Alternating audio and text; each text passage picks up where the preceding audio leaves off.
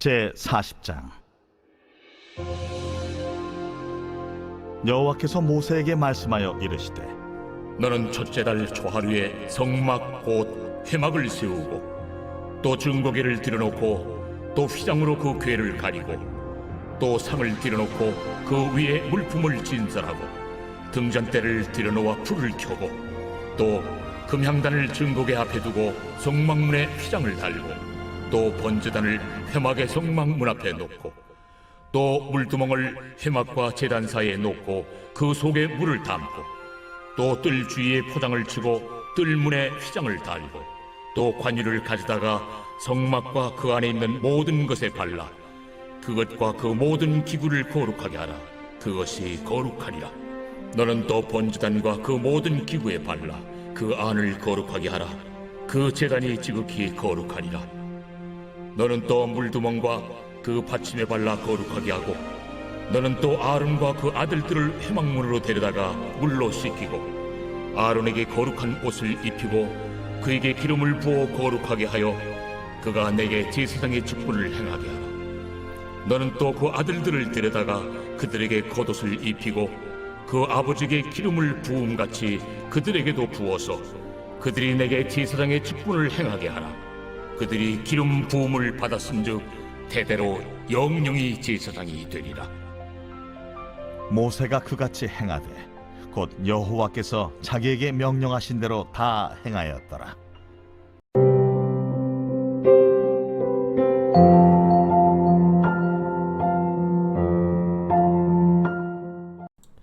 여러분 반갑습니다. 오늘도 큐티로 여는 기막힌 하루입니다. 본 말씀 출애굽기 40장 1절부터 16절의 말씀입니다.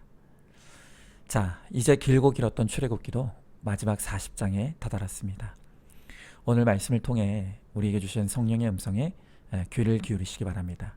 먼저 첫 번째로 여호와는 말씀하시는 하나님이십니다. 자, 오늘 1절 말씀에 여호와께서 모세에게 말씀하여 이르시되 라고 했습니다. 자, 하나님께서 광야의 떨기나무 가운데 모세를 만나신 이후로 늘 모세에게 하나님은 이르시되의 말씀으로 찾아오셨습니다. 출애굽기 33장 11절 말씀에도 사람이 자기의 친구와 이야기함같이 여호와께서는 모세와 대면하여 말씀하시며 그랬습니다. 여러분, 성경이 하나님과 모세의 관계를 감히 친구 사이로 비유하는 것은 정말 놀라운 일입니다. 그만큼 하나님과 모세가 그 누구보다 가까웠다는 것을 의미하는 것이죠. 그러나 그런 모세조차도 하나님 앞에 서는 것은 늘 두렵고 떨리는 일이었습니다. 왜냐하면 아직 구약시대는 메시아 예수님께서 오시기 전이었기 때문에 이 죄의 문제가 해결되지 않은 모세는 근본적으로 거룩한 하나님 앞에 서는 것이 두려울 수밖에 없었던 것입니다. 여러분, 그러나 이제 신약을 사는 우리는 다릅니다. 우리 신약의 성도들은 주 예수 그리스도로 말미암아 죄의 문제가 완전히 해결되었기에 이제 아무런 두려움 없이 하나님 앞으로 나갈 수가 있게 된 것입니다. 그래서 바울도 고린도후서 3장에서 신약의 성도들이 모세와는 비교할 수 없는 영광을 누리고 있노라, 그렇게 가르쳐줍니다. 여러분, 이렇게 우리와는 비교할 수 없는 작은 영광만 맛보았던 모세에게도 하나님이 친구처럼 말씀하셨다면 우리에게는 하나님이 얼마나 더 가까이 찾아오시고 얼마나 더 많은 말씀을 하시겠습니까? 자, 그런데 참 이상하죠. 어찌된 일인지 우리 신약의 많은 성도들이 하나님을 멀게만 느낍니다. 친구는커녕 길 가다가 스쳐 지나가는 남보다도 하나님을 더 멀게 느끼는 사람들이 너무 많습니다. 이게 왜 그럴까요? 여러분, 그것은 틀림없이 전적으로 우리의 문제입니다. 하나님은 우리에게 말씀하실 만반의 준비가 되어 있으십니다. 아니, 이미 하나님은 우리에게 많은 것들을 말씀하고 계십니다. 다만 우리가 그 하나님의 말씀을 들으려고 하지 않고 귀를 기울이지 않기 때문일 뿐인 것이죠. 우리가 하나님께서 나에게 말씀하신다는 믿음으로 성경을 펴기만 하면 그때부터 하나님은 나에 대해, 우리 가정에 대해, 또 나의 고난과 문제에 대해서 모든 것을 말씀해 주시는 하나님이십니다. 여러분, 성경은 나와 하나님의 만남의 장소입니다. 하나님은 성경 안에서 나와 대화하시기 위해 기다리고 계십니다. 그러므로 우리는 하나님이 나에게 말씀하시는 하나님이라는 것을 믿어야 합니다. 그리고 그 믿음으로 성경을 펴야 합니다. 그리고 내 인생의 문제와 사건에 대해 하나님께 물어야 합니다. 그러면 주님께서 우리에게 모세와 그렇게 하셨던 것처럼 말씀하여 이르시되 하나님으로 반드시 찾아오실 것입니다. 자, 한번 질문해 봅니다. 성경을 펼 때 하나님이 나에게 말씀하신다는 것을 확실히 믿습니까? 나에 대해 말씀하시는 것이 부담스러워 큐티를 덮고 있지는 않습니까? 나의 문제와 사건을 성경 앞으로 가지고 가서 말씀으로 묻고 해석받으시기 바랍니다. 자, 두 번째로 여호와는 또 말씀하시는 하나님이십니다. 자, 오늘 말씀의 전체를 보면 1절에서 여호와께서 말씀하셨다라는 이 말 이후로 가장 많이 반복되는 단어가 있습니다. 자, 여러분, 제가 항상 말씀드리죠. 성경을 큐티할 때 우리는 그 본문 속에서 반복되는 단어를 찾는 것이 중요하다고. 자, 여러분이 오늘 본문을 볼 때 어떤 단어가 반복해서 등장합니까? 바로 그 단어는 또라는 단어입니다. 이 또라는 단어가 오늘 본문에서만 무려 12번이나 반복이 됩니다.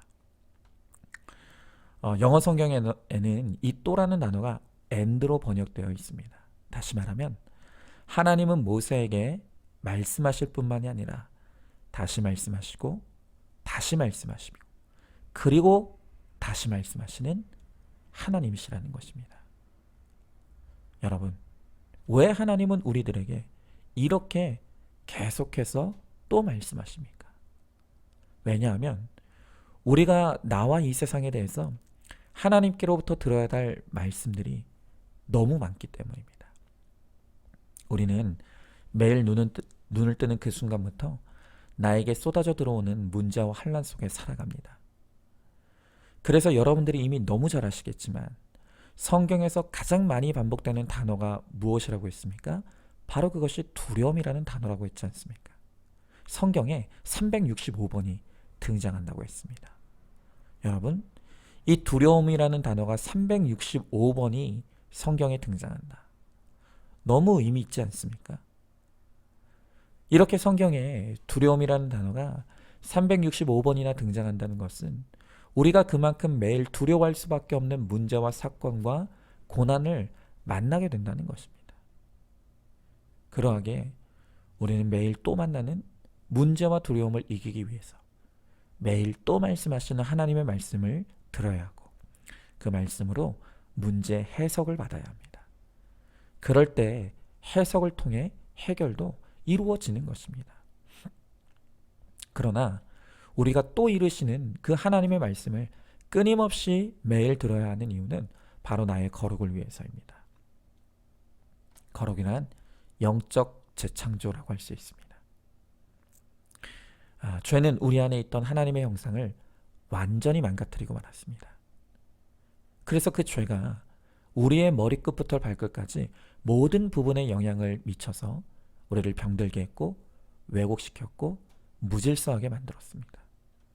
그러하게 지금 우리에게는 재창조의 역사가 필요합니다.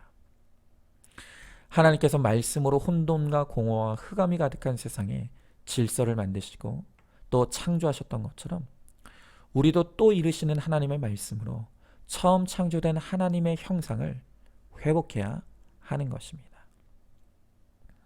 여러분, 제가 이제껏 우리 성도님들과 오랫동안 양육을 진행하면서 한 분도 빠짐없이 고백하는 반응이 있었습니다. 그것은 바로 혼란입니다.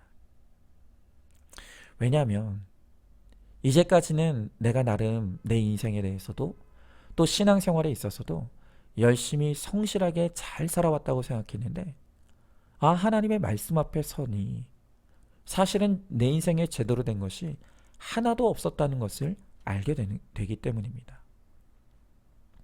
그렇게 말씀 앞에서 드러난 나의 공허와 혼돈과 흑암을 직면하게 될 때 처음에는 모든 분들이 그것을 부정하고 인정하기를 거부합니다. 때로는 그것을 인정하는 것이 너무 힘들어서 양육의 자리를 박차고 떠나는 분들도 많이 보았습니다. 여러분, 그러나 그렇게 해서는 그 어떤 삶의 변화도 거룩도 이룰 수가 없습니다. 이 또 이르시는 하나님의 말씀 앞에서 믿음과 인내로 죄로 일그러진 우리의 실체를 직면해야 합니다. 그리고 그것을 하나님의 은혜로 고쳐 나갈 때 비로소 거룩한 하나님의 백성으로 변화되고 거듭나게 되는 것입니다. 여러분, 그러므로 우리는 죽을 때까지 내가 되었다함이 없음을 인정하면서 날마다 또 이르시는 하나님의 말씀 앞에서 겸손히 나를 거룩하게 변화시키고 그래서 성장하고 성숙하는 은혜를 누리시기 바랍니다. 자, 한번 질문해 봅니다. 또 이르시는 하나님의 말씀을 듣기 위해 또 큐티책을 폈습니까? 그 말씀 앞으로 나의 두려운 문제와 사건을 가져가고 있습니까? 말씀을 통해 죄로 일그러진 나의 모습을 직면하며 회개하고 있습니까? 자, 세 번째로 여호와의 말씀대로 다 순종해야 합니다. 오늘 16절 말씀에 모세가 그같이 행하되 그건 여호와께서 자기에게 명령하신 대로 다 행하였더라 했습니다. 여러분, 여기서 중요한 것은 모세가 어떤 것은 순종하고 어떤 것은 순종하지 않은 것이 아니라 하나님께서 명령하신 것은 그대로 다 행했다는 바로 이 말씀입니다.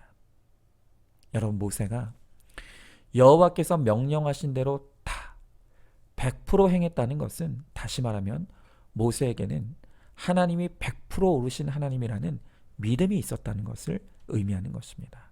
그렇습니다. 하나님은 언제나 나보다 오르시고 100% 오르신 하나님이십니다. 그러하기에 우리가 나를 내려놓고 하나님의 말씀대로 순종하면 하나님께서 우리에게 가장 최고의 결론을 허락해 주십니다. 여러분, 지금 이 성막을 보십시오. 처음에 이스라엘 백성들에게 보이는 것은 황량한 광야 벌판밖에 없었습니다. 그냥 무의 세계였습니다.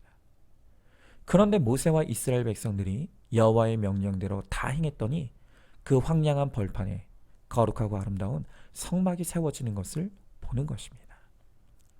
우리도 마찬가지입니다. 우리 인생은 광야와 같이 길이 없고 방법이 없는 혼돈과 공허와 흑암으로 가득한 인생입니다. 누구도 길을 미리 알고 가는 사람은 한 사람도 없습니다. 여러분, 그러나 우리가 구속사의 눈으로 오늘 우리의 삶의 현실을 바라보면 길이 없고 방법이 없는 것이야말로 은혜 중의 은혜입니다. 왜 그렇습니까? 이렇게 우리의 인생의 길이 광야와 같이 길이 없고 방법이 없기에 우리가 겸손히 하나님을 의지할 수밖에 없기 때문입니다.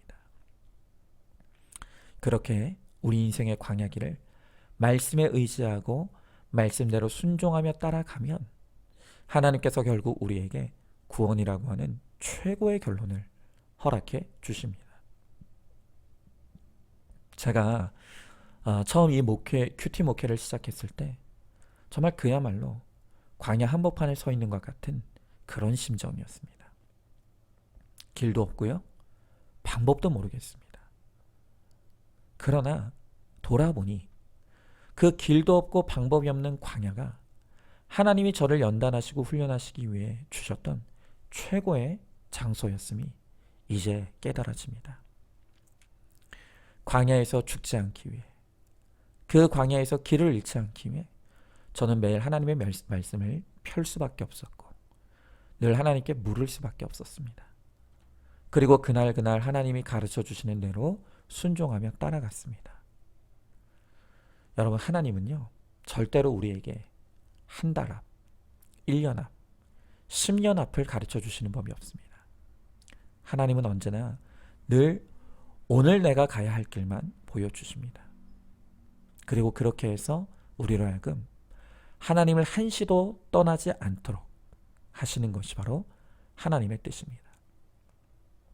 여러분, 그런데 그렇게 저의 인생의 광야에서 매일매일 하나님이 보여주시는 길과 방법만큼만 순종하며 따라갔더니 어느새 큐티가 저의 삶에 거룩한 습관이 되고, 또 어느새 저의 인생이 전보다 더 거룩한 모습으로 변화되어져 가고 있는 것을 보게 되었습니다.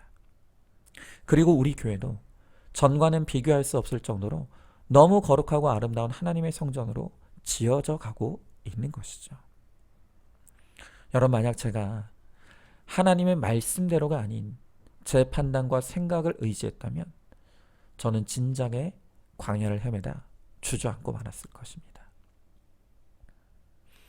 하지만 길을 모르고 방법을 모르는 바로 그 은혜가 저로 하여금 말씀 앞으로 가게 했고, 100%는 아니었지만 말씀대로 순종하기를 힘썼더니 하나님께서 저의 인생도, 저의 가정도, 또 우리 교회도 아름답게 세워가시는 모습을 보게 됩니다. 여러분, 그러므로 우리 모두가 겸손히 말씀을 듣고 또 듣고 그 말씀에 100% 순종하여서 나를 통해 세우시는 구원의 성막 건축을 완성하는 저와 여러분 우리 모두가 될 수 있기를 간절히 소망합니다. 자, 한번 질문해 봅니다. 나에게 하나님은 몇 프로 오르신 하나님이십니까? 하나님의 말씀에 얼마나 순종하십니까?